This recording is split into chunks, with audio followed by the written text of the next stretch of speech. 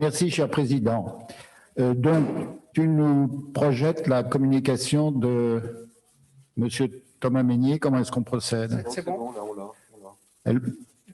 Bon, d'accord. Merci beaucoup. Bonjour à toutes et à tous. Merci pour cette invitation. Je suis désolé de ne pas pouvoir être en direct avec vous du fait des travaux actuels à l'Assemblée nationale, des travaux sur les finances sociales pour notre hôpital public, des travaux sur la question de la fin de vie auxquels je pense vous serez sensibles, et puis des travaux en séance publique sur justement le grand texte de la Convention citoyenne pour le climat qui fera écho aux travaux que vous allez mener aujourd'hui.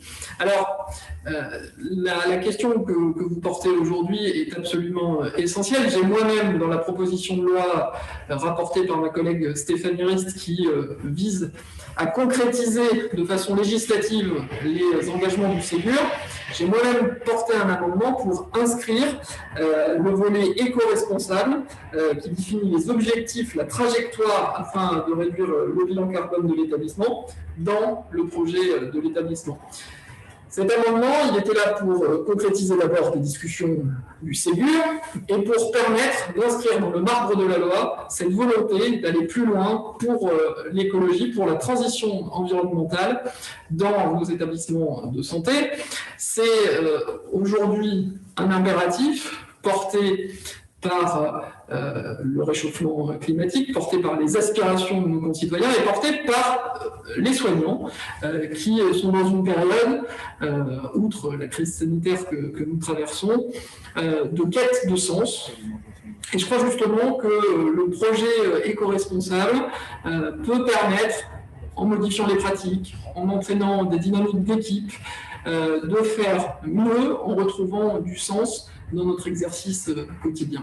Alors ça doit passer par des blocs plus verts, ça doit passer par des établissements de santé dans toutes leurs pratiques plus verts, aussi bien dans la prise en charge des patients que dans la vie du quotidien, que dans les transports des patients comme des soignants, que dans l'entretien, la restauration, la blanchisserie, tout ce qui fait la vie de cette petite ville qu'est l'hôpital ou que sont tous les établissements de santé.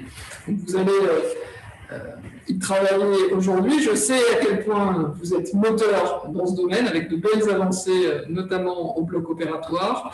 Je suivrai avec attention vos travaux et vos conclusions, qui seront, je crois, outre ce qu'on est en train de mettre dans la loi, apporter à la réflexion sur du plus long terme, notamment dans ce qu'on pourrait proposer dans les prochains mois et les prochaines échéances à venir pour porter plus loin des projets pour la santé. Je vous souhaite en tout cas un très bon temps d'échange et de réflexion et vous dis à très bientôt. Merci beaucoup, monsieur le député. Je suis désolé que vous ne soyez pas directement branché sur Zoom. Nous aurions pu échanger. Patrick, est-ce que tu veux faire un commentaire sur ce qu'a présenté monsieur Mesnier? Le commentaire, c'est que je crois que la voie est lancée. Nos directions devront en effet prendre cette dimension dans leurs projets médicaux en partenariat du coup avec l'ensemble des soignants, hein, avec la CME. C'est à nous de construire après les choses.